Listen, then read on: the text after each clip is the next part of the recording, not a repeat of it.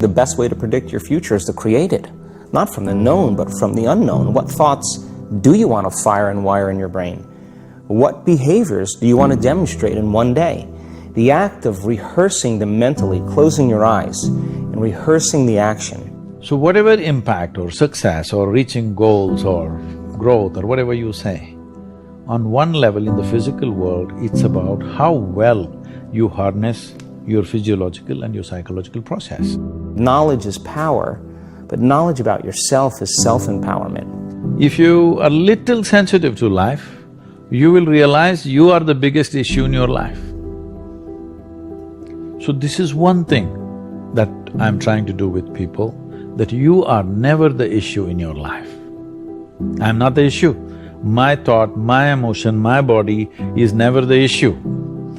My thought, my emotion, my energy and my body are my instruments of function. They are not impediments in my life. But I would say for 90% of the human beings, their own body, then the compulsions of the body, the compulsions of their thought, the compulsions of their emotions are ruling them most of the time. So when you yourself are a problem, well, you're on self-help. Whether your body and mind works against you or works for you, this is a big difference. So there is enough evidence to show only when you're in pleasant levels of experience, this happens best. So obviously, joy is first, then growth. If you're joyful constantly and you have no fear of suffering because you understand all human experience comes from within you, and so you have managed to create the kind of experience that you want, now growth is possible unbridled. If you have the fear of falling down and suffering, you will not go very high. So this one fundamental thing has to get across to all the human beings on this planet. Your experience is entirely determined by you. This is what the word karma means, unfortunately. It's become something else here. Karma means action. That means when we say your life is your karma, we are saying your life is entirely your making, 100%. What happens in the world? There are many, many forces involved. What happens within me? It's 100% me. If you don't take charge of this, then you're an accidental life. When you're an accidental life, anxiety is very natural. The moment you start feeling abundant and worthy, you are generating wealth. The moment you're empowered and feel it, you're beginning to step towards your success. The moment you start feeling whole, your healing begins. And when you love yourself and you love all of life, you'll create an equal, and now you're causing an effect. We're not here as human beings having a spiritual experience. It's the other way around. We are all infinite spiritual beings having a temporary human experience. And coming to a place where we live our lives from that infinite place and beginning to know our soul. As we sit here, this is my body, that's your body, this is my mind, that's your mind. There's no such thing as this is my life and that's your life. This is a living cosmos. Everybody is free to capture as much as they want. If you capture substantial amount of life, your very presence will become a significant life. Otherwise, you will become a mediocre life. This is the important thing. It's not the knowledge you gather in your head, it's not the muscle that you gather in your body, it's the life. We'll use another analogy, a dream. Let us say we're dreaming that we're being attacked by a tiger. In that condition, we're really afraid. We're perspiring, we may even be rolling and screaming in our bed. Now, is that dream real or illusion? The reality is we are having that dream. And the reality, there are tigers somewhere. The illusion is we're identifying with it. We're thinking that that is me in this dream, and that tiger is about to eat me. But in actuality, the dream is real, we're real, but when we're misidentifying with that dream, thinking that that's happening to me now, then that's the illusion. That's the idea of yoga or true spirituality to actually learn to live in harmony with one's own self. We have this physical body, we have the mind and all of the thoughts and emotions that come through the mind, but who are we? I am seeing through my eyes, I'm hearing through my ears, I'm touching through my flesh, I'm tasting through my tongue, I'm thinking through my brain, and I'm loving through my heart.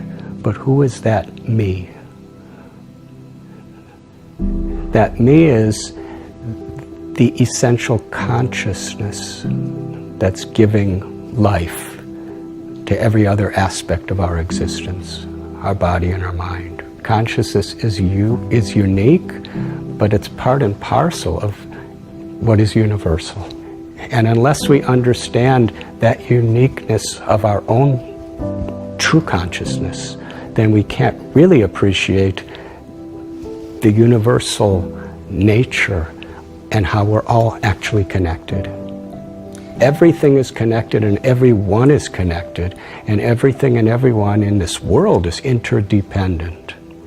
And Emerson said that the reason why there's so many problems in this world is because human beings are disconnected from their own true self.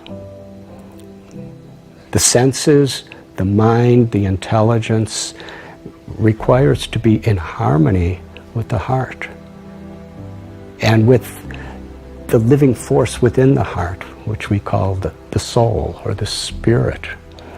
And when we understand the sacredness, the beauty, the eternal nature of our own spirit, then we can recognize it in creation and we can recognize it in others. When we don't realize, experience, perceive the sacredness of our own true self, then our perception is an illusion of the world.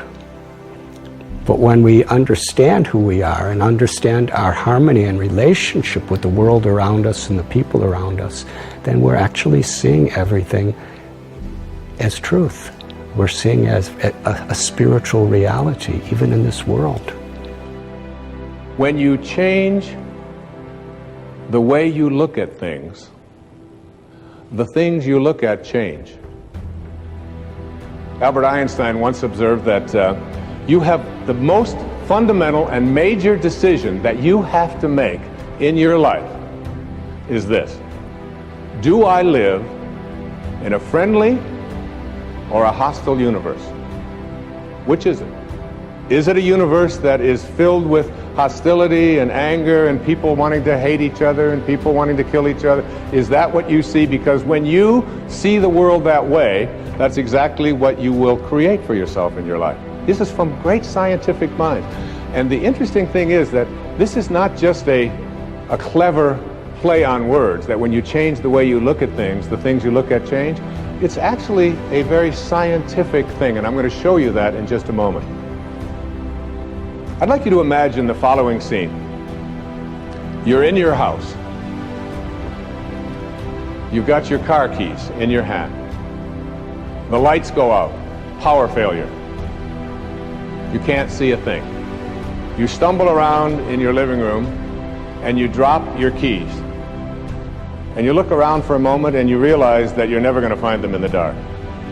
But you look outside and you notice that the street lights are on. So in your mind, a light bulb goes off.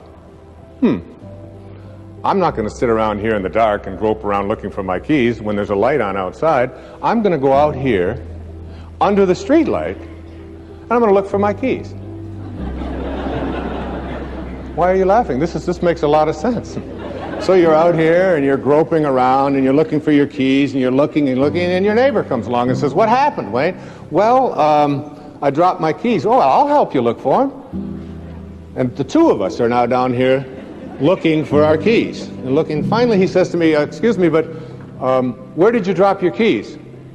"Well, I dropped them in the house." He said, "You mean to tell me that you dropped your keys in the house and you're looking for them out here in the streetlight? Doesn't make any sense." And I said, "Well, it doesn't make any sense to grope around in the dark when there's light out here." Now you laugh and you think how silly that is, but isn't that exactly what we do when we have a problem, a difficulty, a struggle that is located inside, and we're looking for the solution outside, someplace outside of ourselves? It would be like going to the doctor and telling him all of your symptoms, and the doctor says, oh boy, you've got a lot of symptoms. And he starts writing out prescriptions. You need a prescription for this symptom, you need a prescription for that symptom, and finally he gets this 4 or 5, and you go to walk out, and you say, well, I'd like my prescriptions. He said, no, I'll give this one to your mother-in-law, and I'll give this one to your neighbor, and I'll give this one to your daughter, and I'll give this one to your father. I mean, you're the one with the struggles and with the difficulties, and expecting somebody else to change or something outside of you to get better in order for you to make your life work at this level that I'm calling intention is something you have to really take a hard look at. It's in here.